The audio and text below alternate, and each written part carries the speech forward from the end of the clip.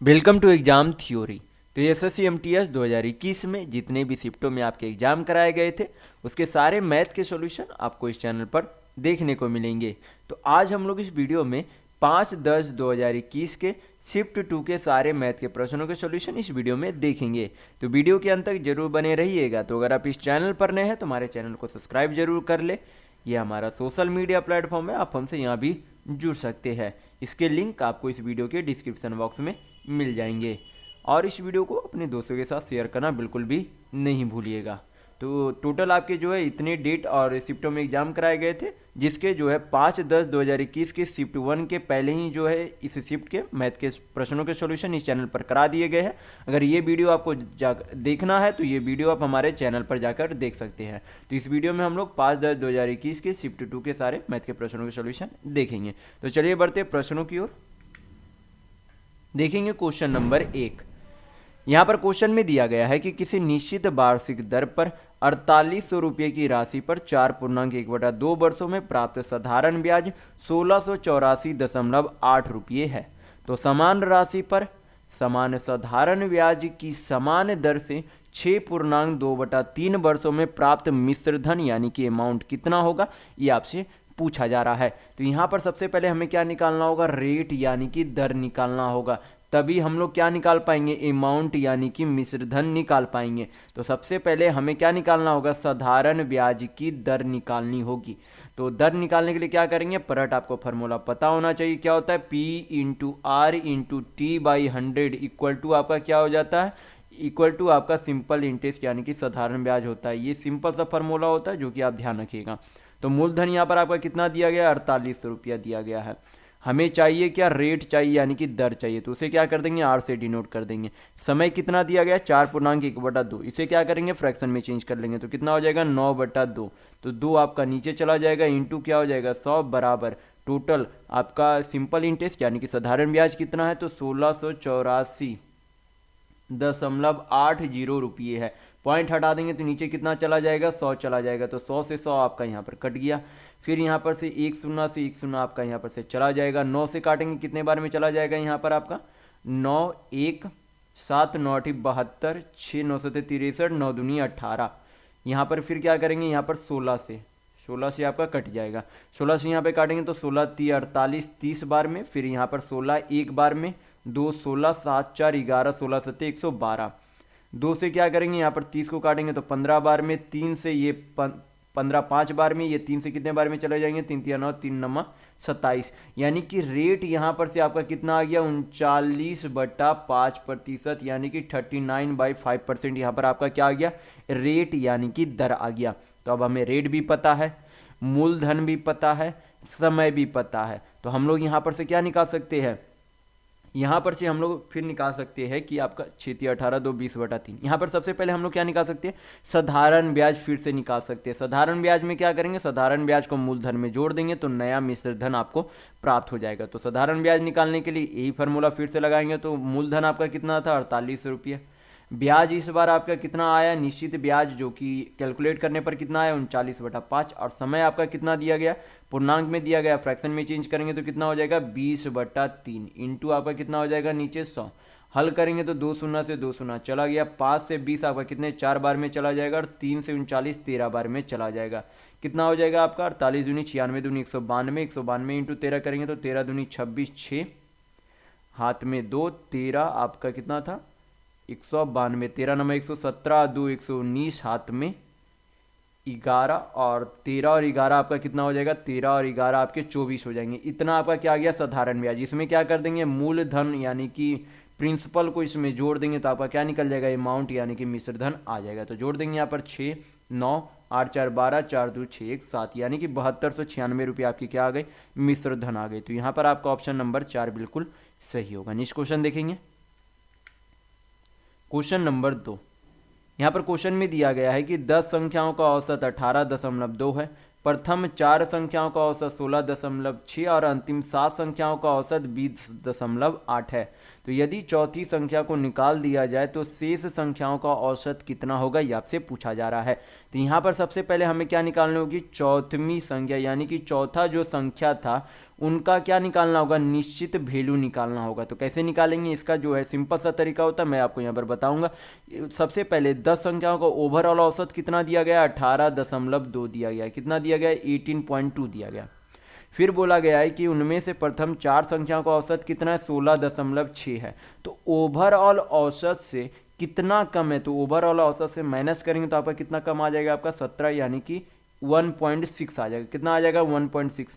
तो कितना कम है, 1.6 कम है। कितने संख्या में, 4 संख्या में। तो ओवरऑल कमी कितनी आ जाएगी, 16 चौक 64, यानी कि 6.4 की क्या होगी, कमी होगी। तो कमी हो रही थी, यहाँ पे क्या कर देंगे, -6.4। फिर यहाँ पर बोला गया है कि अंतिम 7 संख्याओं का औसत 20.8 है। तो ओवरऑल औसत से कितना अधिक है, यहाँ पर हमें अधिक दिख रही है, तो कितना अधिक है, तो माइनस करेंगे तो आपका कितना आ जाएगा, यहाँ पर 19 1.8 प्लस 8 करेंगे तो 2.6, कितना हो जाएगा, 2.6 आ गया।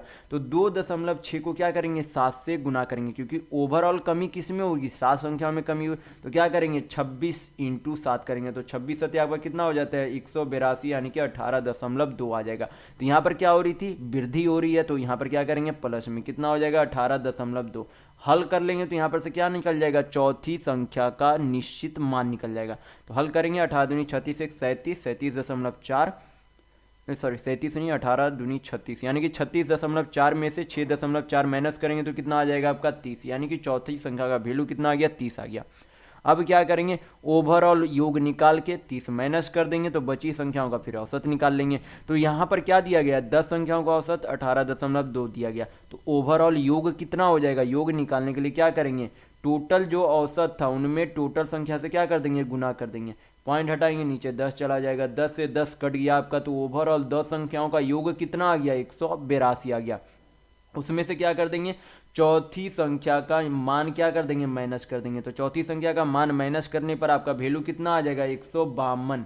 कितना आ जाएगा, 152। और संख्या अब कितनी बच गई, पहले टोटल 10 संख्या से उसमें से चौथी नंबर की संख्या निकाल ली गई, तो बची टोटल अब कितनी संख्या, 9 संख्या। तो क्या कर देंगे, औसत निकालने के लिए 9 से डिवाइड कर देंगे, हल करेंगे, आपका ओवरऑल नया औसत आ जाएगा। तो 9 से हल करेंगे तो 1 6 9 6 54, आपका 8, तो लगभग 9 9 81, यानी कि 16.9 लगभग आपका इतना नया औसत आएगा। तो यहाँ पर आपका ऑप्शन नंबर 4 बिल्कुल सही होगा। तो अगर आपको वीडियो पसंद आ रहा है तो लाइक करते जरूर चलिएगा। नेक्स्ट क्वेश्चन देखेंगे, क्वेश्चन नंबर 3।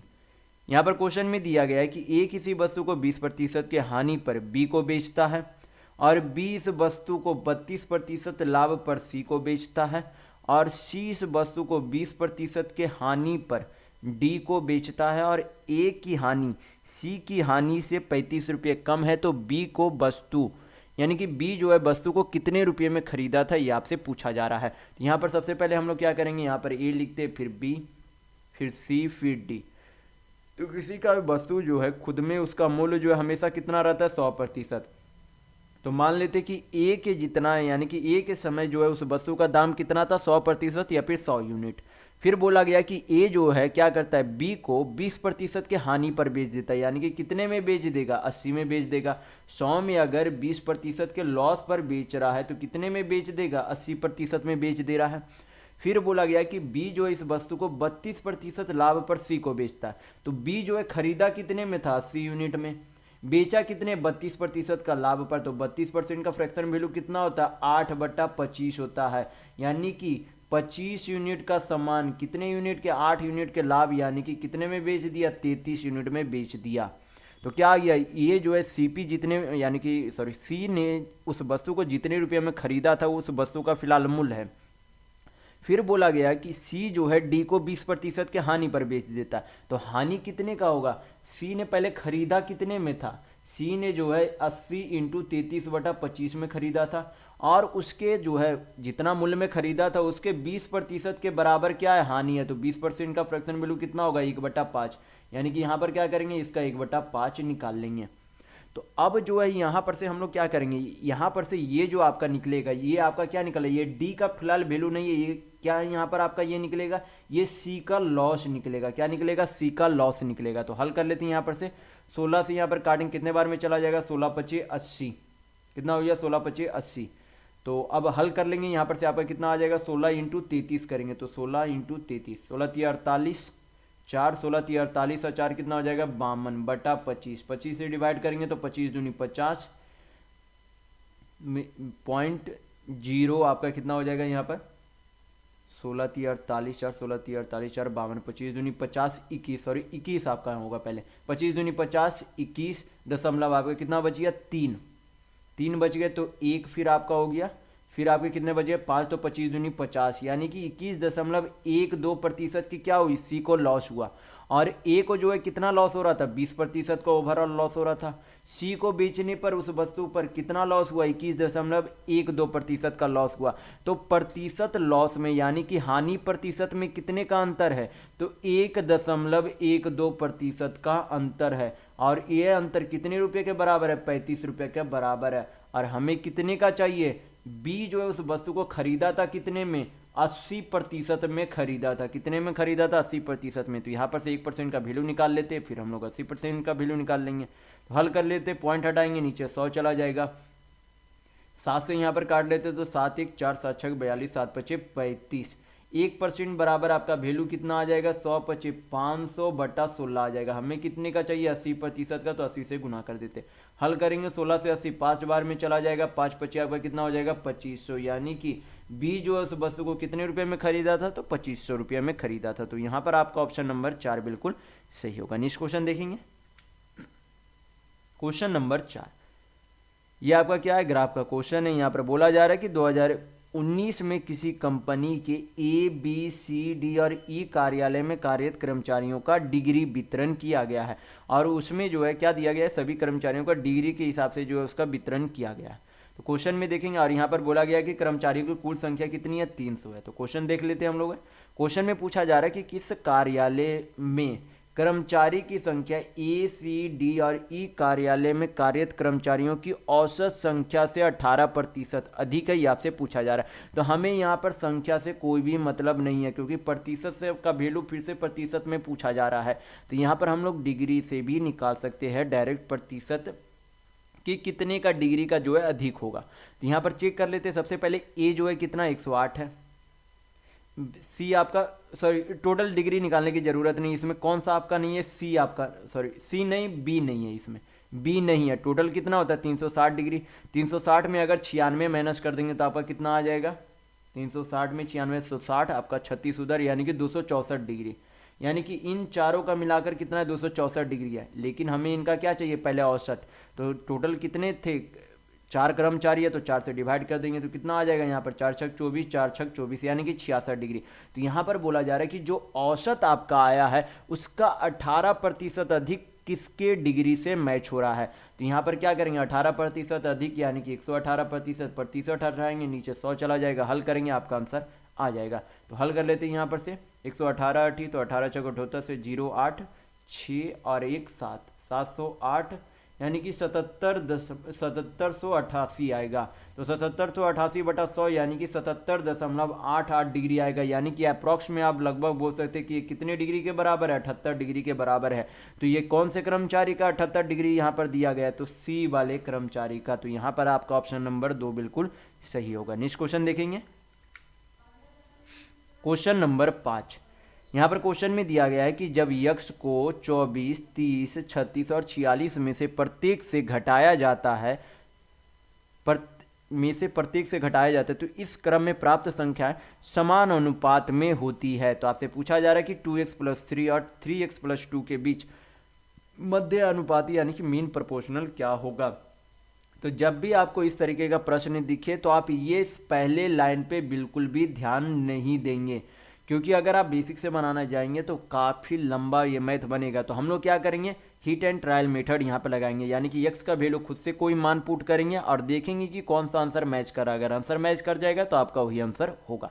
तो यहाँ पर मध्य अनुपाती तो सबसे पहले मध्य अनुपाती निकालने का फॉर्मूला पता होना चाहिए। क्या होता है √ पहली संख्या इंटू दूसरी संख्या होता है। तो ये मध्य अनुपाती यानी कि मीन प्रोपोर्शनल निकालने का फॉर्मूला होता है। तो ध्यान रखिएगा। तो यहाँ पर जो है पहली संख्या कितनी है तो 2x + 3 है। कितनी है आपकी 2x + 3 और दूसरी संख्या कितनी है 3x + 2 है। तो ये आपकी क्या हो गई दो संख्या। अब x का वैल्यू खुद से क्या माने कि क्या कोई भी आंसर आपका मैच कर जाए। तो किस तरीके से मानेंगे हम लोग काउंटिंग वाइज यानी कि नेचुरल नंबर तरीके से मानते हुए चलेंगे।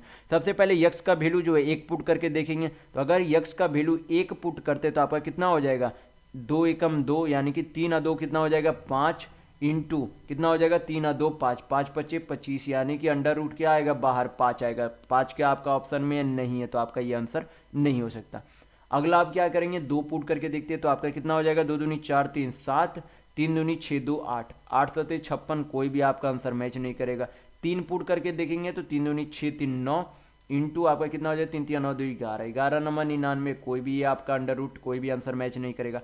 4 पुट करके देखेंगे तो 4 दूनी 8 3 11, 4 तिया 12 2 14, ये भी आपका पुट नहीं हो रहा।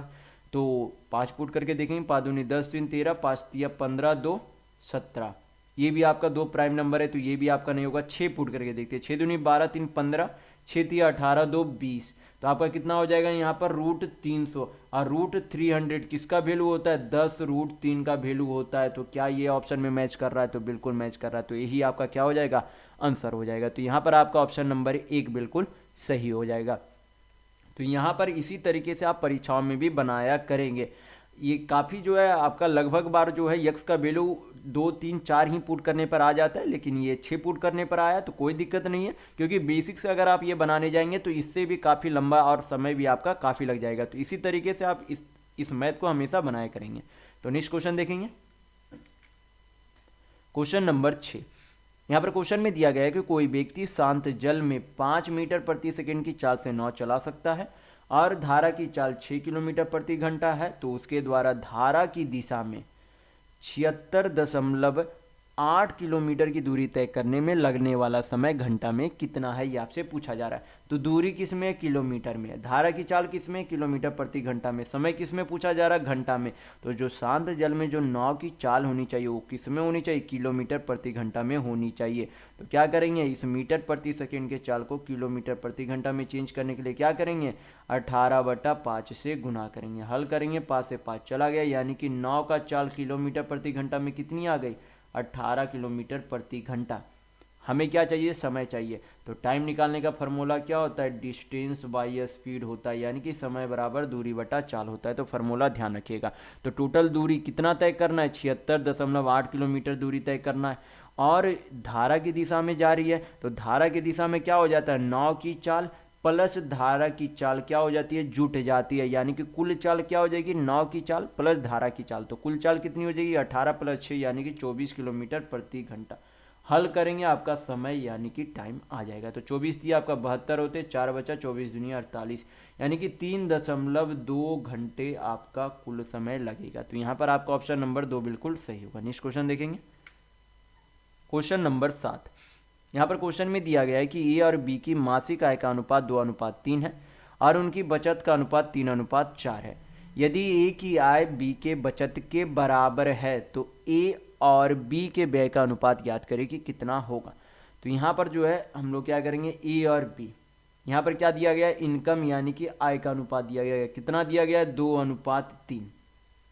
फिर आपका क्या दिया गया, एक्सपेंडिचर, एक्सपेंडिचर का अनुपात यानी कि व्यय का अनुपात हमें निकालना है, और एक अनुपात किसका आपका दिया गया, सेविंग यानी कि बचत का अनुपात दिया गया, कितना दिया गया, 3:4। और यहाँ पर बोला गया है कि ए का जो आय है बी के बचत के बराबर है। तो क्या हमें बराबर दिख रही है, नहीं दिख रही है, तो क्या करेंगे हम लोग, बराबर करेंगे। बराबर यहाँ पर 4 है, यहाँ पर 2 है, तो अगर इस पूरे रेशियो को हम लोग 2 से गुना कर दे तो क्या हो जाएगा, ए का आय और बी का बचत क्या हो जाएगा, बराबर हो जाएगा। तो हल कर लेते, यहाँ पर कितना हो जाएगा, 2 दूनी 4 यूनिट, ये आपका हटा देते ताकि कन्फ्यूजन ना हो। 2 दूनी 4 यूनिट ए की आय हो गई और बी का आय कितना हो गया, यानी कि इनकम 6 यूनिट हो गए। तो यहाँ पर क्या हो गया, ए का आय का अनुपात हो गया और यहाँ पर सेविंग यानी कि बचत का अनुपात हो गया। हमें क्या चाहिए, एक्सपेंडिचर चाहिए, यानी कि खर्च का अनुपात चाहिए। तो खर्च एक्सपेंडिचर बराबर क्या हो जाता है आपका, इनकम माइनस सेविंग होता है। तो इनकम कितना हो रहा है, 4 यूनिट का, खर्च कितना हो रहा है, 3 यूनिट, तो बचाया होगा कितना, ए ने 1 यूनिट बचाया होगा। बी का आय कितना, 6 यूनिट, खर्च कितना कर रहा है, 4 यूनिट, तो कितना बचाया होगा, 2 यूनिट। तो उनके जो है व्यय का अनुपात कितना, 1:2। तो यहाँ पर आपका ऑप्शन नंबर 4 बिल्कुल सही होगा। नेक्स्ट क्वेश्चन देखेंगे, क्वेश्चन नंबर 8। ये आपका क्या है, सिंपल सा सिंप्लीफिकेशन का क्वेश्चन है, हल करेंगे हम लोग। हल कर लेंगे तो यहाँ पर आपका 6 × 2 है ऑफ का हल करेंगे तो कितना हो जाएगा 12×36, 2/36, तो यहाँ पर क्या लिख सकते हैं 2/36 लिखा जा सकता है। उसी तरीके माइनस आगे हल करेंगे 3/2 है तो इसे 3/2 लिख सकते हैं, इंटू 2 - 3 करेंगे तो क्या आ जाएगा -1 इंटू 2 प्लस आपका कितना हो जाएगा 3, 2 इंटू 2/3 करेंगे तो कितना हो जाएगा 6, यानी कि भाग है तो 3/6 इसे लिखा जा सकता है। हल कर लेंगे यहाँ पर हम लोग को कितना आएगा 2 से 2 चला गया, 3 से 6 2 बार में चला जाएगा, 6 दूनी 12 तिया 36 चला जाएगा। क्या क्या आपका बच गया यहाँ पर, तो पहले 1/3 बच गया, माइनस माइनस क्या हो जाएगा प्लस, यहाँ पर क्या बच गए यहाँ तक 3 बच गए, प्लस यहाँ पर आपके कितने बच गए 1/2। हल करेंगे एलसीएम कितना आ जाएगा 6, 3 दूनी 6, 6 तिया 18, 2 तिया 6, कितना हो जाएगा 18 2 20 और 3 23/6, ये आपका क्या आ गया आंसर आ गया। तो यहाँ पर आपका ऑप्शन नंबर 4 बिल्कुल सही होगा। नेक्स्ट क्वेश्चन देखेंगे, क्वेश्चन नंबर 9। यहाँ पर क्वेश्चन में दिया गया है कि एक व्यक्ति अपनी आय का 28% बचाता है, यदि उसकी आय में 20% की वृद्धि होती है, व्यय में 5% की कमी होती है, तो उसके बचत में x% की वृद्धि होती है, तो x का निकटतम मान कितना होगा, ये आपसे पूछा जा रहा है। तो किसी भी व्यक्ति का आय यानी कि इनकम जो है खुद में कितना होता है 100% होता है, और बोला गया कि उस व्यक्ति जो है अपनी आय का 28% क्या कर लेता है बचा लेता है, यानी कि अगर कुल जो है उसका इनकम 100% है तो कितने प्रतिशत बचा लेता है 28% बचा लेता है, तो उसका एक्सपेंडिचर यानी कि व्यय कितना रहा होगा, तो 100 - 28 यानी कि 72% क्या कर देता है खर्च कर देता है। फिर बोला गया कि इसके जो है आय में कितने की वृद्धि हो गई 20 की वृद्धि हो गई, 20% यानी कि 20 यूनिट की वृद्धि हो गई, और व्यय में क्या हो जाता है व्यय में 5% की कमी हो जाती है, तो 72% का 5% कितना हो जाएगा आपका 3.6 यूनिट, यानी कि आय में तो उसके 20 यूनिट की वृद्धि हो गई, आय में क्या हो गई 20 यूनिट की वृद्धि हो गई, लेकिन एक्सपेंडिचर यानी कि खर्च में उसके क्या हो गई कमी हो गई, यानी कि पहले वह जितना खर्च कर रहा था उसमें 3.6% क्या कर रहा है कम खर्च कर रहा है, यानी कि पहले तो जो आय में वृद्धि हुआ उतना बचत करेगा, और जो पहले जो खर्च कर रहा था उसमें जो कमी आई है वो भी क्या कर रहा होगा अब वो बचत कर रहा होगा, तो टोटल अब बचत में वृद्धि कितने की हो गई 20 की, यहाँ पर वृद्धि हो गई 3.6 की यहाँ की वृद्धि हो गई, तो टोटल वृद्धि कितना हो गया 23.6 की वृद्धि हो गई, ओवरऑल कितने में 28 में, प्रतिशत में वैल्यू चाहिए क्या करेंगे 100 से गुना करेंगे, हल करेंगे आंसर आ जाएगा, पॉइंट हटाएंगे नीचे 10 जाएगा तो 109 चला जाएगा। 28 से आपका ये 28 से तो नहीं कटेगा, यहाँ पर 7 से भी नहीं कटेगा, 4 से काटे, 4 7 28, 4 5 20, 4 9 36, यानी कि 590/7, 7 से डिवाइड करेंगे आपका कितना आ जाएगा 7 8 56, 3 7 चौक 28, 2 7 21, लगभग आपका 84.3% की क्या हो गई इतनी की वृद्धि हो गई। तो यहाँ पर आपका ऑप्शन नंबर 1 बिल्कुल सही होगा। नेक्स्ट क्वेश्चन देखेंगे, क्वेश्चन नंबर 10, ये आपका क्या है सेम ग्राफ है, क्वेश्चन में देखेंगे पूछा क्या जा रहा है। क्वेश्चन में पूछा जा रहा है कि कार्यालय ए में 40% कर्मचारी महिला है, कार्यालय सी में 60% कर्मचारी पुरुष है, तो कार्यालय ए में पुरुष कर्मचारियों की संख्या और कार्यालय सी में महिला कर्मचारियों की संख्या के बीच का अनुपात क्या है, ये आपसे पूछा जा रहा है। तो ए में जो है टोटल डिग्री यानी कि कितने लोग थे डिग्री के अनुसार, तो 108 डिग्री थे, उनमें से बोला गया कि 40% क्या है महिलाएं हैं, तो किसी भी कहीं की भी आबादी खुद में कितना होता है 100% होता है, तो 100% में से अगर 40% महिलाएं हैं तो पुरुष कितने रहे होंगे 60%, क्योंकि यहाँ पर बोला जा रहा है कि एक में पुरुष कर्मचारियों की संख्या से अनुपात पूछा जा रहा है, तो 40% अगर महिला है तो पुरुष कितने रहे होंगे 60% का अनुपात किससे चाहिए सी में महिला, तो सी में जो है टोटल कर्मचारी कितने थे 78 डिग्री, उनमें से बोला गया कि 60% कर्मचारी क्या थे पुरुष थे, तो महिला कितनी रही होगी, तो 100 - 60 करेंगे यानी कि 40% क्या रहे होंगी 40% महिला कर्मचारी रही होगी। तो हल कर लेते हैं, यहाँ पर से आपका आंसर आ जाएगा, परसेंट से परसेंट चला गया, 20 तिया 60, 20 दूनी 40, 3 से काटेंगे 78 को तो कितने बार में चला जाएगा 3 दूनी 6, 3 छक 18, फिर आपका यहाँ पर 2 से काटेंगे कितने बार में चला जाएगा यहाँ पर 54 आपका 2 से कट रहा है तो यहाँ पर 27, यहाँ पर कितना हो गया 13, यानी कि आपका आंसर कितना आ जाएगा 27:13 आपका आंसर आएगा। तो यहाँ पर आपका ऑप्शन नंबर 4 बिल्कुल सही होगा। नेक्स्ट क्वेश्चन देखेंगे, क्वेश्चन नंबर 11, यहाँ पर क्वेश्चन में दिया गया है कि ए और बी के चाल का अनुपात 2:5 है। किसी निश्चित दूरी को तय करने में ए को बी से 15 मिनट अधिक समय लगता है, तो बी को समान दूरी तय करने में कितना समय लगेगा, ये आपसे पूछा जा रहा है। तो यहाँ पर सबसे पहले क्या दिया गया, ए और बी के चाल का यानी कि स्पीड का अनुपात कितना दिया गया है, 2:5 दिया गया।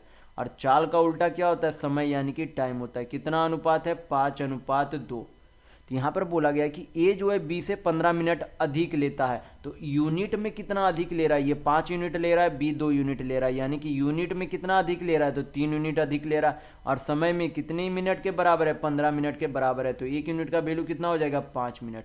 तो अगर 1 यूनिट का वैल्यू 5 मिनट है तो पूछा क्या जा रहा है, बी को समान दूरी तय करने में कितना समय लगेगा। तो बी को दूरी तय करने में कितना समय लगता है, 2 यूनिट समय लगता है। तो अगर 1 यूनिट का वैल्यू 5 मिनट है तो 2 यूनिट का वैल्यू कितना हो जाएगा, तो 2 यूनिट का वैल्यू 10 मिनट आपका आंसर होगा। तो यहाँ पर आपका ऑप्शन नंबर 4 बिल्कुल सही होगा। नेक्स्ट क्वेश्चन देखेंगे,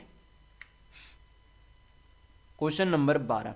यहाँ पर क्वेश्चन में दिया गया है कि ए किसी कार्य को 30 दिन में कर सकता है और बी जो है ए से 25% अधिक कुशल है।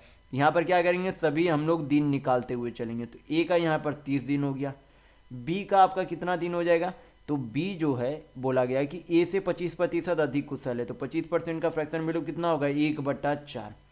तो यहाँ पर अगर ए 30 दिन में करता है और इसी काम को जो है 1 यूनिट अधिक कार्य कुशलता से बी इस काम को करेगा, तो 4 यूनिट का काम यानी कि 4 यूनिट की क्षमता से बी जो है कितने की क्षमता से काम करेगा, 5 यूनिट की क्षमता से काम करेगा। तो हल करेंगे यहाँ पर से बी का समय आ जाएगा 5 छक 30 6 चौक 24, यानी कि बी जो है अकेले उस काम को कितने दिनों में करेगा, 24 दिन में। फिर बोला गया कि सी जो है बी से 20% अधिक कुशल है, 20% का फ्रैक्शन वैल्यू कितना होगा, 1/5। तो बी अगर 24 दिन लेता है तो उसी काम को जो है 5 यूनिट की कार्य क्षमता में 1 यूनिट की वृद्धि करके कौन करेगा, सी करेगा, यानी कितने की कार्य क्षमता से काम करेगा, 6 यूनिट से। तो हल करेंगे 6 से 24 4 बार में चला जाएगा, 5 चौका पर कितना हो जाएगा, 20। तो यहाँ पर क्या करेंगे, अब यहाँ पर से एलसीएम ले लेंगे, क्योंकि अब हमें पता चल गया कि तीनों अलग अलग कितने कितने दिनों में काम कर सकते हैं। तो क्या करेंगे, यहाँ पर तीनों की पहले एलसीएम लेंगे। एलसीएम आपका कितना हो जाएगा, 30 20 24 का 120 हो जाएगा। 120 को 30 से भाग करेंगे 4, 24 से भाग करेंगे 5, 20 से भाग करेंगे 6। तो ए बी सी की कार्य क्षमता यहाँ पर 4 5 6 आ गई। आगे क्या बोला जा रहा है, यहाँ पर बोला जा रहा है कि ए और बी एक साथ 10 दिन तक कार्य करते हैं, तो अकेले सी शेष कार्य को यक्स दिन में पूरा करता है, तो यक्स का मान कितना है। यानी कि सिंपल सा क्वेश्चन में पूछा जा रहा है कि अगर ए और बी 10 दिन तक काम करते हैं तो शेष काम को सी कितने दिनों में करेगा, ये आपसे पूछा जा रहा है।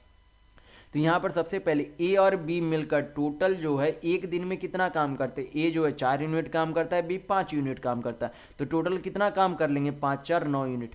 कितने दिनों तक काम करते हैं, अगर एक दिन में 9 काम करते हैं 9 यूनिट, तो 10 दिन में टोटल कितना काम कर लेंगे, 90 यूनिट काम कर लेंगे। लेकिन करना कितना काम है, टोटल 120 काम। तो बचा हुआ कितना है, 120 काम करना है, 90 काम किया गया, बचा हुआ काम कितना है, 30 है। और इस 30 काम को करेगा कौन, इस 30 काम को सी करेंगे। कितने की कार्य क्षमता से, 6 की। अगर एक दिन में 6 यूनिट काम करता है तो 30 यूनिट कितना दिन में काम कर लिया जाएगा, तो 30 यूनिट उसी काम को 5 दिनों में कर लिया जाएगा। तो यहाँ पर आपका ऑप्शन नंबर 2 बिल्कुल सही होगा। नेक्स्ट क्वेश्चन देखेंगे, क्वेश्चन नंबर 13। यहाँ पर क्वेश्चन में दिया गया है कि सुमन किसी निश्चित राशि को अपनी 3 बेटियों के बीच 2:3:4 के अनुपात में विभाजित करती है। यदि वह राशि को 1/2 1/3 1/4 के अनुपात में विभाजित करती तो पहले जिस बेटी को सबसे कम हिस्सा प्राप्त हुआ था उसे 35 रुपया अधिक प्राप्त होता है। तो आपसे पूछा जा रहा है कि राशि ज्ञात करें कि ओवरऑल राशि कितनी थी। तो यहाँ पर हम लोग क्या करेंगे, सबसे पहले यहाँ पर कर लेते पहले दूसरी तीसरी, 3 बेटियां थी उनकी। तो यहाँ पर आपकी जो है कितनी है, 2:3:4। और बाद में जो है ये क्या फ्रैक्शन वैल्यू है, फ्रैक्शन वैल्यू का इंटीजर में चेंज करने के लिए क्या करेंगे, यहाँ पर 2 है 3 है 4 है, एलसीएम कितना हो जाएगा, 2 3 4 का 12। 1/2 को 12 से काटेंगे कितने बार में चला जाएगा, 6 बार में। 3 से काटेंगे 4 बार में चला जाएगा, 4 से काटेंगे 3 बार में चला जाएगा। तो यहाँ पर बोला गया कि पहले जो है इस अनुपात में बांटा जाना था, लेकिन उसे क्या किया, बांट दिया गया इस अनुपात में। तो यहाँ पर जो है राशि तो आपकी कोई बदलाव राशि में नहीं की गई है। तो यहाँ पर जो यूनिट का सम होना चाहिए वो भी क्या होना चाहिए, बराबर होना चाहिए। तो चेक करेंगे 6 4 10 3 13 है, यहाँ पर कितना है 4 3 7 2 9 है। तो यहाँ पर यूनिट का सम तो सेम नहीं हो रहा। तो यूनिट का सम सेम करने के लिए क्या करेंगे, जो अपोजिट रेशियो में क्या कर देंगे, यूनिट के सम को गुना कर देंगे। जैसे कि यहाँ पर 6 4 10 3 13 आया तो इस पूरे रेशियो में 13 गुना कर देंगे। और यहाँ पर यूनिट का सम कितना आया था, 9 आया था, तो यहाँ पर अपोजिट रेशियो में गुना कर देंगे। हल करेंगे, यहाँ पर कितना हो जाएगा, 13 दूनी 26 यूनिट, 13 तिया 39 यूनिट, 13 चौक 52 यूनिट। और यहाँ पर कितना हो गया, बाद में उसे किस अनुपात में विभाजित कर दिया गया, 54 यूनिट, 36 यूनिट और 27 यूनिट के अनुपात में विभाजित कर दिया गया। तो ये अनुपात अब दिमाग में नहीं रखेंगे, अब ये अनुपात आपका नया आ गया है। इसी अनुपात से क्या किया जा रहा है, विभाजित किया जा रहा है। तो यहाँ पर सबसे कम जो है पहले किसे मिल रहा था, सबसे कम जो है पैसा किसे मिल रहा था, पहले वाले बेटी को आपके बेटियों को मिल रहा था। कितना मिल रहा था, 26। लेकिन बाद वाले अनुपात के अनुसार उसे कितना मिल रहा है, 54 यूनिट। तो कितने यूनिट की वृद्धि हो गई, कितने यूनिट की वृद्धि हो रही है, तो 28 यूनिट की वृद्धि हो रही है। और 28 यूनिट का वैल्यू कितने रुपये के बराबर है, तो 3500 रुपये के बराबर है। तो एक यूनिट का वैल्यू कितना हो जाएगा, 3500 बटा 28 रुपये हो जाएगा। क्या हो जाएगा, एक यूनिट का वैल्यू। हमें क्या चाहिए, ओवरऑल राशि चाहिए। तो ओवरऑल राशि कितना यूनिट हो जाएगा, तो क्या कर देंगे, किसी को भी जोड़ लेंगे, आपका दोनों यूनिट का सम बराबर ही आएगा। तो जोड़ लेते हैं यहाँ पर 5 3 8 1 9, 9 2 11 यानी कि 117। हल कर लेते हैं यहाँ पर से, यहाँ पर 7 से काटेंगे तो ये 4 बार में, और यहाँ पर कितने 500 बार में चला जाएगा। 4 से फिर काटेंगे कितने बार में चला जाएगा, 125 बार में चला जाएगा। 125 इंटू क्या करेंगे 117। इकाई अंक कितना आना चाहिए, 7 5 35। यहाँ पर 0 n नहीं हो सकता, 0 n नहीं होगा, 0 n नहीं होगा। एक ही ऑप्शन में 5 है तो ये ऑप्शन आपका सही होगा। कितना हो जाएगा आंसर गुना करने पर, 14,625 रुपये। नेक्स्ट क्वेश्चन देखेंगे, क्वेश्चन नंबर 14। यहाँ पर क्वेश्चन में दिया गया है कि 13 सेंटीमीटर ऊंचाई वाले एक ठोस लंबवृत्तीय बेलन का कुल पृष्ठीय क्षेत्रफल 880 सेंटीमीटर स्क्वायर है। तो इसका आयतन 11 के है, तो के का मान क्या होगा, ये आपसे पूछा जा रहा है। तो यहाँ पर जो है सबसे पहले तो हमें क्या पता होना चाहिए, यहाँ पर तो हमें ऊंचाई दी गई है। अगर हमें आयतन निकालना है तो हमें क्या पता करना होगा, त्रिज्या पता करना होगा। क्या पता करना होगा, रेडियस। तो कैसे पता करेंगे, यहाँ पर क्या दिया गया, पहले कुल पृष्ठीय क्षेत्रफल दिया गया। तो बेलन के कुल पृष्ठीय क्षेत्रफल का फॉर्मूला क्या होता है, फॉर्मूला होता है 2 pi R H plus 2 pi R square होता है। इसमें हम लोग क्या कर सकते हैं, 2 पाई आर कॉमन ले सकते हैं, और अंदर क्या बचेगा ब्रैकेट में 2 pi R into H plus R. ये आपका क्या हो जाएगा, बेलन का कुल पृष्ठीय क्षेत्रफल का फॉर्मूला। हल कर लेंगे यहाँ पर से वैल्यू पुट करके, 2 इंटू पाई को क्या लिख सकते हैं, 22/7। त्रिज्या हमें निकालना, आर से डिनोट कर देंगे। ऊंचाई कितनी दी गई है, 13 प्लस आर बराबर टोटल क्षेत्रफल कितना, 880। 22 दूना आपका कितना हो जाता है, 44। तो 20 से यहाँ पर बाद में चला जाएगा। आर इंटू 13 प्लस आर बराबर आपका कितना हो जाएगा, 7 दूनी 14 यानी कि 140। यहाँ पर हम लोग क्या कर सकते हैं, आर का डायरेक्ट वैल्यू भी पुट करके यहाँ पर मान निकाल सकते हैं आर का। वरना आप अगर बेसिक से जाएंगे तो आर यहाँ पर फिर ट्रिपलेट लगाना पड़ेगा, जो कि आपका थोड़ा समय लग जाएगा। यहाँ पर अगर आप यहाँ पर एज्यूम करके यहाँ पर कुछ वैल्यू पुट करें जिससे कि गुना करने पर 140 आ जाए, तो क्या यहाँ पर ले सकते हैं, 13 4 17 17 चौक 68। 4 तो नहीं ले सकते, 13 और 7 ले सकते हैं। 13 और 7, तो अगर त्रिज्या अगर हम लोग 7 मान ले तो कितना हो जाएगा, 13 7 20, 20 7 कितना हो जाता है 140। यानी कि हम लोगों ने एज्यूम करके मान लिया कि त्रिज्या का मान कितना है, 7 है, जो कि 7 वैल्यू पुट करने पर आपका 140 आ रहा है। यानी कि त्रिज्या का मान आपका 7 सेंटीमीटर ही होगा। तो हमें त्रिज्या भी अब वैल्यू पता है, ऊंचाई भी पता है। पूछा क्या जा रहा है, आयतन के अनुसार के का मान पूछा जा रहा है। तो बेलन के आयतन का फार्मूला क्या हो जाता है, पाई आर स्क्वायर एच होता है। तो ये फार्मूला ध्यान रखिएगा, फार्मूला पे वैल्यू पुट करेंगे। पाई को क्या लिख सकते हैं, 22/7। त्रिज्या कितनी दी गई है, 7, तो 7 का स्क्वायर करेंगे 49। ऊंचाई कितनी आपकी है, 13 सेंटीमीटर बराबर टोटल आयतन कितना दिया गया, 11 के बराबर है। हल कर लेंगे यहाँ पर से, 11 से 22 2 बार में, 7 से 49 7 बार में, के बराबर आपका कितना आ जाएगा, 13 7 91 दूनी 182। आपका के का क्या आ गया, वैल्यू आ गया। तो यहाँ पर आपका ऑप्शन नंबर 3 बिल्कुल सही होगा। नेक्स्ट क्वेश्चन देखेंगे, क्वेश्चन नंबर 15। ये आपका क्या है, सिंपल सा सिंप्लीफिकेशन का क्वेश्चन है। वैसे तो सिंपल नहीं दिख रहा है लेकिन सिंपल ही है। हल करेंगे यहाँ पर हम लोग 3/8 प्लस 1/7 पूर्णांक है, फ्रैक्शन में चेंज करेंगे कितना हो जाएगा 7/4 प्लस ऑफ का यहाँ पर हल कर लेते तो कितना हो जाएगा आपका, ऑफ का हल करेंगे तो यहाँ पर आपका 3 से 9 3 बार में चला जाएगा, यहाँ पर ये 2 बार में, यहाँ पर ये 5 बार में, कितना आ जाएगा यहाँ पर से 2/15 हल कर लेंगे तो 2/3 भाग है, गुना में चेंज करेंगे तो सामने वाली संख्या रेसिप्रोकल यानी कि उल्टा हो जाएगी 15/2 माइनस पूर्णांक है, फ्रैक्शन में चेंज करेंगे कितना हो जाएगा 16/5। यहाँ पर क्या है पहले इन दोनों का हल कर लेंगे कितना हो जाएगा 4 दूनी 8 1 9/2 इंटू 16 बटा क्या हो जाएगा आपका 3, 3 से 9 3 बार में, 2 से 16 8 बार में, कितना हो जाएगा आपका 8 तिया 24 यानी कि रेसिप्रोकल उल्टा हो जाएगी गुना करने पर तो कितना हो जाएगा 1/24 हल करेंगे इंटू आपका आगे क्या दिया गया 15/8 दिया गया, हल कर लेते हैं यहाँ पर से 3 से 15 5 बार में चला जाएगा, 2 से 2 आपका चला गया, 7 से 7 यहाँ पर चले गए, 16 से आपका 8 दूनी 16 8 तिया 24 चला गया, और आगे हल करेंगे जो भी बचा नीचे लिख लेंगे 3/8 प्लस आपके यहाँ पर कितने हो गए 1/4 प्लस यहाँ पर आपके 5 माइनस 2 बटा कितना हो गया 15 इंटू आपका कितना हो गया 15/8, 15 से 15 चला गया, 4 से 2 से 8 आपका 4 बार में चला जाएगा, एलसीएम कितना हो जाएगा नीचे 8 हो जाएगा, 3 प्लस 4 दूनी 8 प्लस 8 25 40 माइनस 4 दूनी 8 हल करेंगे -2 प्लस 2 चला गया, 40 या 3 43/8 फ्रैक्शन में नहीं है पूर्णांक में है तो पूर्णांक में चेंज करेंगे तो कितना हो जाएगा 5/3/8 आपका आंसर आएगा। तो यहाँ पर आपका ऑप्शन नंबर 4 बिल्कुल सही होगा। नेक्स्ट क्वेश्चन देखेंगे क्वेश्चन नंबर 16। यहाँ पर क्वेश्चन में दिया गया है कि ए किसी कार्य के 33.1/3 भाग 10 दिन में पूरा कर सकता है, बी उसी कार्य के 20% भाग को 9 दिन में पूरा कर सकता है। यदि वे एक साथ 8 दिन तक काम करते हैं तो अकेले सी शेष कार्य के 30% भाग को 10 दिन में पूरा करता है। तो आपसे पूछा जा रहा है कि एक साथ ए और सी उसी कार्य को कितना दिनों में पूरा करेंगे।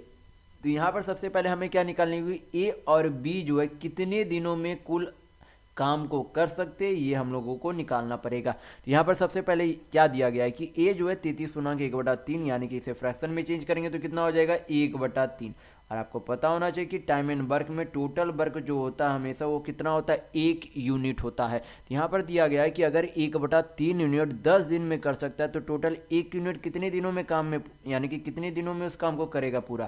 तो 1/3 यूनिट अगर 10 दिन में तो 1 यूनिट काम 10 या 30 दिन में करेगा, यानी कि ए अकेले उस काम को 30 दिनों में पूरा करेगा। फिर यहाँ पर बोला गया कि बी उसी काम को 20% भाग, तो 20% का फ्रैक्शन वैल्यू 1/5, 1/5 काम अगर 9 दिन में करता है तो टोटल काम कितना दिनों में करेगा 45 दिन में। क्या करेंगे यहाँ पर एलसीएम लेंगे किसका 30 और 45 का, कितना होगा 90, 90 को 30 से डिवाइड करेंगे 3, 45 से डिवाइड करेंगे 2। तो यहाँ पर से हमें निकल गया कि ए और बी की कार्य क्षमता कितनी है, यानी कि ए एक दिन में 3 यूनिट काम करता है, बी एक दिन में 2 यूनिट काम करता है। तो टोटल दोनों मिलकर कितना काम कर लेंगे एक दिन में, तो 3 और 2 5 यूनिट काम करेंगे। और अगर एक दिन में दोनों मिलकर 5 यूनिट काम करते तो दोनों मिलकर कितने दिनों तक काम करते 8 दिनों तक। तो अगर एक दिन में 5 यूनिट काम करते तो 8 दिनों में टोटल कितना यूनिट काम कर लेंगे 40 यूनिट पूरा काम कर लेंगे।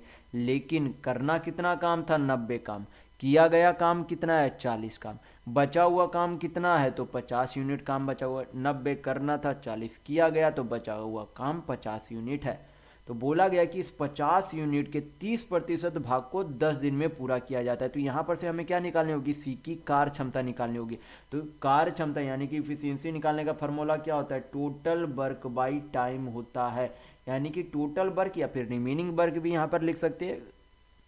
जो भी आपकी वर्क है जो भी किया जा रहा है उस व्यक्ति के द्वारा उस वर्क को यहाँ पर लिखना है। तो बचा हुआ काम कितना है 50 काम, उसका कितना प्रतिशत भाग सी करता है तो 30% भाग यानी कि 3/10 भाग करता है।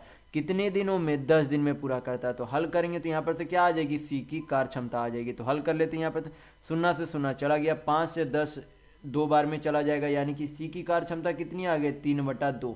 और बोला गया कि बाद में कौन मिलकर काम को करता है ए और सी उस काम को करेंगे तो कितना दिनों में पूरा कर सकते हैं ये आपसे पूछा जा रहा है, यानी कि समय पूछा जा रहा है। तो समय बराबर क्या होता है total work by total efficiency, यानी कि कुल कार्य बटा कुल कार्य क्षमता होता है। तो टोटल करना, अगर दोनों मिलकर अलग से काम करेंगे तो कितना काम करना है, 90 यूनिट काम करना। और दोनों का मिलाकर यानी कि ए और सी का मिलाकर कार्य क्षमता कितना है, तो 3 + 3/2 करेंगे, यानी कि 3 दूनी 6, 6 3 9/2 काम, 2 आपका ऊपर चला जाएगा। तो टोटल कितने दिनों में उस काम को पूरा कर लेंगे वो समय पूछा जा रहा है। तो 9 से 90 काटेंगे, 10 बार में चला जाएगा, यानी कि ए और सी मिलकर उस काम को 20 दिनों में पूरा कर सकते हैं। तो यहाँ पर आपका ऑप्शन नंबर 2 बिल्कुल सही होगा। नेक्स्ट क्वेश्चन देखेंगे, क्वेश्चन नंबर 17। ये आपका क्या है, सिंपल सा सिंप्लीफिकेशन का क्वेश्चन है। हल करेंगे, ऑफ है तो 3 दूनी 6 हो जाएगा। 6 को क्या करेंगे यहाँ पर, पहले फिर डिवाइड कर लेंगे। 16 को 4 से डिवाइड करेंगे, 4 आ जाएगा। यहाँ पर क्या करेंगे, 4 × 6 करेंगे, कितना हो जाएगा, 6 चौक 24। हल कर लेते हैं, 16 - 24, तो 16 - 24 करेंगे तो कितना हो जाएगा, -8। यहाँ पर ब्रैकेट से बाहर आएगा तो क्या हो जाएगा, माइनस माइनस प्लस, यानी कि 19 + 8 कितना हो जाएगा आपका, 9 × 8 = 17, यानी कि 27। 27 और 5 आपका जुटेगा तो कितना हो जाएगा, 27 और 5 32 हो जाएगा, कितना हो जाएगा, 32। यानी कि क्या करना है, 48/32 करना है, यानी कि हल करेंगे तो 48/32। 16 से काटेंगे तो ये 3 बार में, ये कितने बार में, 2 बार में। तो आपका आंसर कितना आ जाएगा, 3/2, यानी कि 3/2। तो यहाँ पर आपका ऑप्शन नंबर 4 बिल्कुल सही होगा। नेक्स्ट क्वेश्चन देखेंगे, क्वेश्चन नंबर 18। यहाँ पर ये सारे संख्या दी गई है, आपसे बोला जा रहा है कि दिए गए आंकड़ों की माध्यिका यानी कि मीडियन और बहुलक यानी कि मोड, तो ये दोनों जो संख्याओं का जो माध्यिका और बहुलक आएगी, इन दोनों का माध्य यानी कि मीन क्या होगा, ये आपसे पूछा जा रहा है। तो सबसे पहले हम लोग मीडियन निकालेंगे। मीडियन निकालने का क्या तरीका होता है, जो भी संख्याएं दी गई उसे असेंडिंग ऑर्डर में पहले व्यवस्थित करेंगे और बीच की संख्या ढूंढेंगे। तो सबसे पहले यहाँ पर देख लेते हैं टोटल संख्याएं कितनी है, 2 2 4 2 6 2 8 2 10 2 12 2 14, यानी कि टोटल कितनी संख्याएं, 14 संख्याएं। तो हम लोग बोल सकते हैं कि 6 संख्या इधर आएगी, 6 संख्या इधर आएगी। बीच की संख्या कौन सी हो जाएगी, 7th और 8 पर जो संख्या है उनके बीच की संख्याएं क्या बनेगी, मीडियन बनेगी। क्या बनेगी, मीडियन बनेगी। तो हमें क्या करना होगा, 7वां और 8वां संख्या हमें ढूंढना होगा। तो पहले बढ़ते क्रम में व्यवस्थित करते हैं। तो सबसे छोटी संख्या कौन सी है, 13। यहाँ पर 13 कितने बार है, 13 1 बार है, 2 बार है। तो 13 यहाँ पर क्या लिख दिए, 13 2 बार। उसके बाद आपका क्या है, 14 1 बार 2 बार है, तो 14 यहाँ पर 2 बार हम लोग लिख लेंगे। उसके बाद आपके क्या है, 15 15 1 बार 2 बार है, सिर्फ 2 बार है। फिर इसके आगे आपकी क्या हो जाएगी, 15 के बाद 16 16 1 बार है, 16 सिर्फ आपके 1 बार है, 16 आपके एक्स्ट्रा 16 1 बार है। 17 फिर आपके कितने बार है, 17 आपके 1 बार 2 बार है, 17 आपके 1 बार 2 बार है। तो 17 1 बार 2 बार। हमें कौन सी संख्या चाहिए थी, 7वीं और 8वीं नंबर की संख्या चाहिए थी। तो 2 2 4 2 6 ये आपकी 7वीं नंबर की संख्या, ये 8वीं नंबर की संख्या। तो इन दोनों के बीच की संख्या कितनी हो जाएगी, 16.5। अगर आप डायरेक्ट निकालना नहीं जानते तो क्या करेंगे, इन दोनों का योग का आधा निकाल लेंगे, आपका 16.5 आ जाएगा। तो ये आपकी क्या आ गई, मीडियन आ गई, यानी कि माध्यिका आ गई। अब हमें क्या चाहिए, मोड यानी कि बहुलक चाहिए। तो बहुलक निकालने का तरीका होता है कि जो भी संख्याएं दी गई है उनमें से कौन सी संख्या को सबसे अधिक बार दोहराया गया है, यानी कि जिसकी रिपीटेशन सबसे अधिक बार होगी वही आपका क्या होगा, मोड यानी कि बहुलक होगा। तो 13 तो 2 बार, 14 2 बार, 15 2 बार, 16 तो 1 बार है, ये भी आपका मोड नहीं हो सकता। 17 आपके 2 बार है, ये भी मोड आपका नहीं हो सकता। 18 आपका 1 बार, 18 तो 1 बार ही है, ये भी आपका मोड नहीं होगा। 19 1 बार 2 बार 3 बार है। 20 आपका 1 बार है, यानी कि सबसे अधिक बार कौन सी संख्या को दर्शाया गया, दोहराया गया, तो 19 को दोहराया गया। तो ये आपकी मॉड आ गई, इधर आपकी मीडियन आ गई। पूछा क्या जा रहा है, इन दोनों का फिर माध्य, इन दोनों का माध्य यानी कि मीन पूछा जा रहा है। तो मीन निकालने के लिए क्या करेंगे, दोनों का योग का आधा कर देंगे। तो कितना हो जाएगा, 19 और 16 9 6 15, यानी कि 35.5। मीडियन चाहिए, दो संख्या है, 2 से डिवाइड करेंगे। 17 दूनी 34, 2 से 14 1 5, यानी कि 17.75 ये आपकी क्या आ गई, आंसर आ गई। तो यहाँ पर आपका ऑप्शन नंबर 1 बिल्कुल सही होगा। नेक्स्ट क्वेश्चन देखेंगे क्वेश्चन नंबर 19। यहाँ पर क्वेश्चन में दिया गया है कि किसी वस्तु का अंकित मूल्य 2560 रुपये है। एक सेल के दौरान इस वस्तु पर 20% और x% की 2 क्रमिक छूट दी जाती है। यदि वस्तु का विक्रय मूल्य 1679.36 रुपये है तो आपसे पूछा जा रहा है कि x का मान क्या होगा। यहाँ पर क्या करेंगे हम लोग, मार्क्ड प्राइस यानी कि अंकित मूल्य और एसपी यानी कि विक्रय मूल्य का अनुपात निकालेंगे। तो यहाँ पर सबसे पहले बोला गया कि 20% का अंकित मूल्य पर 20% का छूट दिया गया। 20% का फ्रैक्शन वैल्यू कितना होता है, 1/5, यानी कि 5 यूनिट का सामान 1 यूनिट के छूट यानी कि डिस्काउंट कितने में बेच दिया गया, 4 यूनिट में बेच दिया गया। फिर बोला गया कि दूसरा डिस्काउंट कितना था, x% का डिस्काउंट था। कितने का था, x% का डिस्काउंट था। तो अगर यहाँ पर मान लें कि a यूनिट का सामान कितने में बेच दिया गया, b यूनिट में बेच दिया गया। फिर यहाँ पर बोला गया कि वस्तु का जो अंकित मूल्य कितना था, इधर अंकित मूल्य लिख लेंगे, कितना है 2560 रुपया, और विक्रय मूल्य वस्तु का कितना है 1679.36 रुपये है। हल करेंगे, पॉइंट हटाएंगे, नीचे 100 चला जाएगा, 100 इधर गुना हो जाएगा, तो हल कर लेंगे। अब क्या करेंगे, यहाँ पर हल करेंगे, 16 से आपका कटेगा तो 16 से काट लेंगे, ये आपका 16 16 256, यहाँ पर कितना हो जाएगा 3 शून्य, 16 से इधर 16 1, 16 चौक 64, अब कितना हो जाएगा 9 6 15, तो 16 9 144, 6 16 चक 96, फिर आपका 16 से कटेगा तो काट लेंगे, यहाँ पर 1000 बार में, इधर आपका 16 चक 96, 4 4 8, 16 25 80, 16 चक 96। अब क्या करेंगे, यहाँ पर हल करेंगे तो a बाई बी का वैल्यू क्या आ जाएगा, यानी कि a अनुपात b का वैल्यू कितना आ जाएगा आपका। यहाँ पर से यहाँ पर क्या करेंगे, a अनुपात b का वैल्यू निकालने के लिए क्रॉस गुना करेंगे। क्या करेंगे, क्रॉस गुना करेंगे, यानी कि 1000 इंटू क्या कर देंगे, 4 कर देंगे, अनुपात 656 इंटू क्या कर देंगे, 5 कर देंगे। क्या करेंगे, 5 करेंगे। हल करेंगे, 5 से 4000 काटें, कितने बार में चला जाएगा, 800 बार में।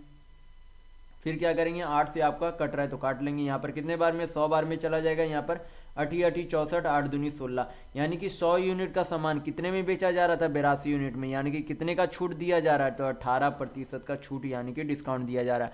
तो यक्स का वैल्यू यहाँ पर कितना हो जाएगा, 18%। तो यहाँ पर आपका ऑप्शन नंबर 3 बिल्कुल सही होगा। नेक्स्ट क्वेश्चन देखेंगे, क्वेश्चन नंबर 20। यहाँ पर बोला गया है कि 2 अंकों वाली संख्याएं 37, 45, 6x और x6 का औसत 48 है। तो आपसे पूछा जा रहा है कि 4x + 3 और x + 7 का औसत यानी कि एवरेज क्या होगा। तो यहाँ पर सबसे पहले क्या करेंगे, टोटल कितने संख्याएं, 4 संख्या, उनका औसत कितना दिया गया 48। तो क्या करेंगे, सभी संख्याओं का पहले योग निकालेंगे। तो औसत कितना ओवरऑल 48, टोटल संख्या 4, योग कितना हो जाएगा 48 दूनी 96 दूनी 192, यानी कि उन 4 संख्याओं का योग जो है यानी कि सम 192 हो गया। उनमें से 2 संख्याओं का निश्चित वैल्यू दिया गया है, तो हम लोग इसमें से 2 संख्या माइनस करेंगे तो बाकी 2 संख्या है उनका योग हमें पता चल जाएगा। तो इन दोनों का योग कितना है, पहले जो संख्या निश्चित दी गई है उनका योग कितना है, 7 5 12, 4 3 7 1 8, यानी कि 82 योग है। तो बची 2 संख्याओं का योग कितना हो जाएगा 110। तो उनमें से एक संख्या कितनी दी गई 6x और दूसरी संख्या कितनी दी गई x6 दी गई है। हमें क्या चाहिए, इकाई अंक 0 चाहिए। तो x का वैल्यू क्या पुट करें, x का वैल्यू क्या पुट करें कि इकाई अंक क्या आ जाए, 0 आ जाए। तो अगर x का वैल्यू हम लोग 4 मान ले, क्या मान ले, x का वैल्यू 4 मान ले, तो इकाई अंक क्या आ जाएगा 0 आ जाएगा। यही तो हमें चाहिए था। तो x का वैल्यू अगर 4 मान लेते तो कितना हो जाएगा 6 4 10, हाथ में 1, 6 4 10 1 11, यानी कि 110। यहाँ पर आपका वैल्यू x 4 बिल्कुल सही हो रहा है, क्योंकि x का वैल्यू 4 पुट करने पर आपका योग 110 ही आ रहा है, यानी कि x का वैल्यू कितना होगा 4 ही होगा। यहाँ पर क्या करेंगे, x का वैल्यू पुट करेंगे, फिर औसत निकाल लेंगे। तो पहले संख्या निकाल लेते हैं हम लोग, x का वैल्यू 4, तो 4 चक 16, 3 कितना हो जाएगा 19, दूसरी संख्या कितनी हो जाएगी 7 4 11। पूछा क्या जा रहा है इन दोनों का औसत, पहले योग कितना हो जाएगा 19 और 11 का 30, टोटल संख्या 2, औसत डिवाइड करेंगे कितना आ जाएगा 15।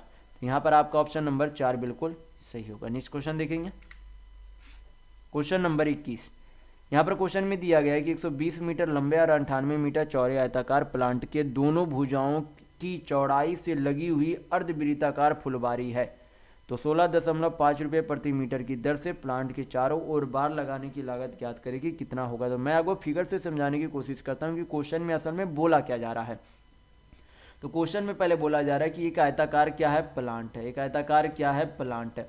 उसकी लंबाई कितनी दी गई 120 मीटर, चौड़ाई कितनी दी गई है 98 मीटर। और बोला गया है कि जो चौड़ाई है, जो प्लांट की चौड़ाई है, उसके चौड़ाई पर क्या किया गया, अर्धवृत्ताकार क्या लगाया गया, फुलवारी लगाया गया। इस तरीके से फुलवारी लगाया गया। अब बोला जा रहा है कि ये जो अब टोटल ये जो परिधि है, इसके परिधि पर, क्योंकि यहाँ पर प्रति मीटर रुपया दिया गया, यानी कि जो बाड़ा लगाया गया वो किसके आधार पर लगाया गया, परिधि के आधार पर लगाया गया है।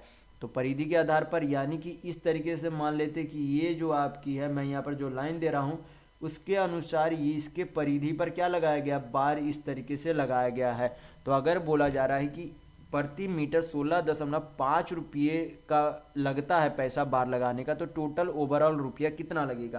तो हमें सबसे पहले क्या निकालना होगा, ओवरऑल परिधि निकालनी होगी कि कितना परिधि पर बार लगेगा।